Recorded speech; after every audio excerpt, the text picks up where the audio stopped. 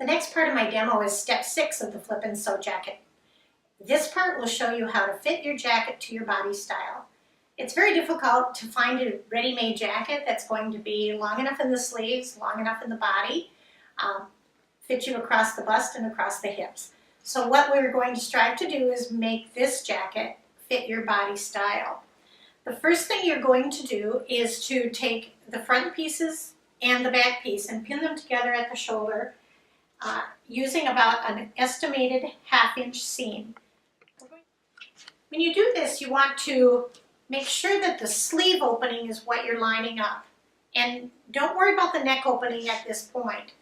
The neck may not fit exactly, but you're going to be trimming away this when you finish sewing together the shoulders and can trim the jacket neckline for the back. We're ready to start fitting our jacket, and I have my friend Ann here to help me with this. This is actually her beautiful jacket. When you put this on your friend, and I always encourage people to do this step in pairs. If you didn't do it in class, I'll have you flip your hair out of there, Ann. Because it's a good idea to learn how to fit the jacket as well as be fitted. When your shoulders are sewn, they're going to be just a little bit to the front of the top of the shoulder. First thing we're going to check is to see if the angle of the shoulder is right. And I think we did a pretty good job here on Ann's. You want to avoid having the shoulder come out boxy. So if you trimmed the shoulder and didn't get the angle right, you'd want to stop here and go back to your cutting mat and trim the shoulder a little bit more. The next thing you're going to want to do, I'll have you turn around, Ann, is check to see, we'll pull the hair back here, is to check to see if this neckline in the back is too high the way it is. If it is, then you just fold this down to see where it's comfortable. And I'm filling it down. This is the ribbing of the sweatshirt underneath here. Sometimes you leave it in, sometimes you cut it out. Again, it totally depends on your the length of your neck. So how does that feel for you, Ann? It actually feels pretty good. Okay, so if we're good there, then you can either make notes. You can say, jot down that the neckline will be trimmed to the ribbing in this case, or below the ribbing. If you would like to, you can place a pin there, and that'll be a good reminder as well of where that neckline should be trimmed. Okay, next we're going to look at how the jacket fits on the arm, under the arm, and on the hips. So I'm going to have Ann lift her arm here, and this is how you want to check for this. You want to just pinch to where you think your seam allowance will be, your seam line. And so you want the jacket to fit well enough so that it's not going to have a big blousy or puckery look like this. And then indicate by putting a pin in there what the seam allowance would be. Now Ann's seam allowance here for her jacket and for the arm opening, I'm going to just have you turn to the side. You want a couple of fingers underneath the arm, because if you're wearing a sweater or and just for the movement of your arms inside of the jacket, you want a little bit of room. You don't want to be too tight. So a couple of fingers there. It looks like this will be just fine for Ann. And the next thing you're going to do is move down to the hips. So we may not need as much room here in the bust as we need in the hips. So I would say for Ann here, 1/4 inch at the hips will be about perfect. I'll pin this and then move to the other side so that we can see if that will work. So now I'll check the other side and see if that 1/2 inch seam or inch seam was accurate on the other side. And I think it was. So I'll place another pin there. And then on the hips, yep, the 1/4 inch is going to be what we need. The next part of the fitting process is the sleeve. So we again are going to pinch a section of the jacket, top and back, front and back, to the sleeve and estimate the sleeve seam allowance. I think for Ann, it's going to be about a 1/4 inch seam in the sleeve to give her a little extra length.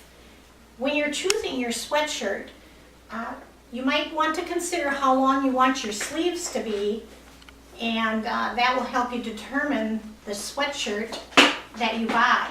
If you want your sleeves to be on your hand, in the middle of your hand or an inch below your wrist, then you'll want to choose a longer sleeve length, a larger size.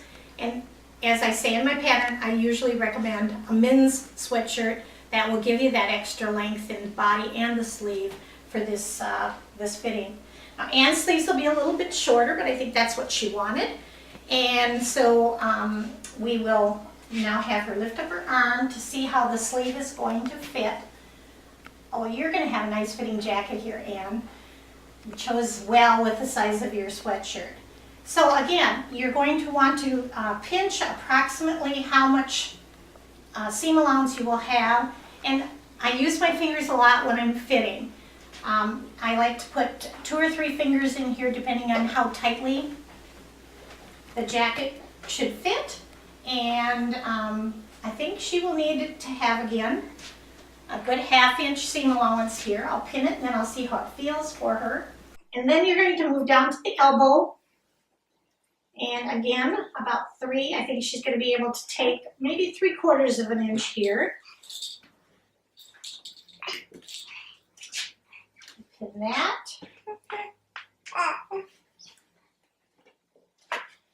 And then at the wrist, we'll maybe have a couple of fingers. I'm going to probably just do a 1/2 inch here. So your seam allowance may not be the same all the way underneath the arm. This part of your jacket, I guess that is about 3 fingers, but a lot of times people do like to push up the sleeves of their jacket, and if that's you, then you're going to want to leave a little more room there. How does that feel, Anne? Feels great and lots of movement. Yeah, got to bend your arm and check that out and make sure that you have that room. And then you'll want to do the other side as well. It should be about the same.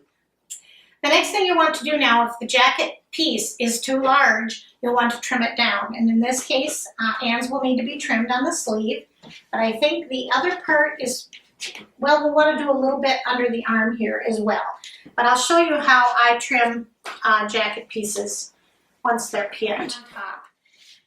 When you do this step, what you're going to do is, we were estimating the stitching line. So you're going to want to use the line on the ruler to be on that stitching line. And I think whenever possible, do a 1/2 inch seam allowance. And so I'm laying my ruler on the pins where I estimated that I would stitch. And again, my pins might not have been perfect, but if you kind of line up with the top one at a 1/2 inch and the bottom one at a 1/2 inch, and then you can trim this. Because when you sew it together, you'll be using the edge of the jacket for your stitching guide. Then, using a rotary cutter, you're going to want to trim off the excess. So I'm going to trim this off and remove this part.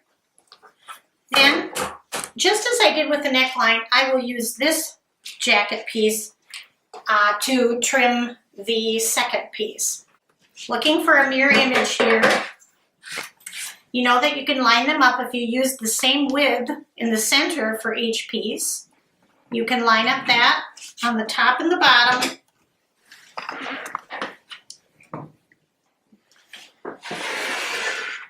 A little bit here. When I have pieces on my cutting board, I like to be able to turn my cutting board and not move the jacket pieces because that will just get my pieces out of alignment. And then I'll trim this one.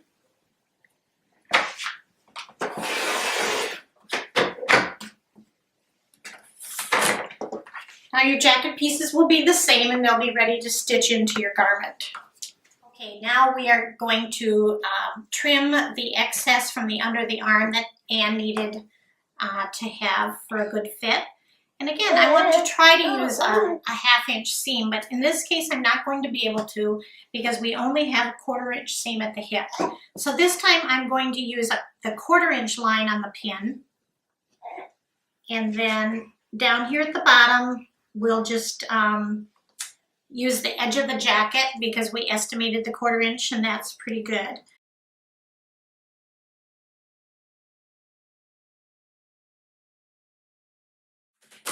So we will move the jacket to the other side.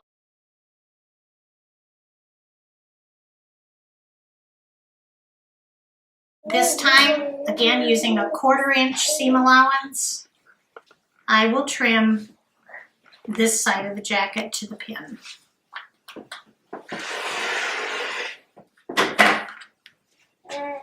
Again, taking off more under the arm and less at the hips.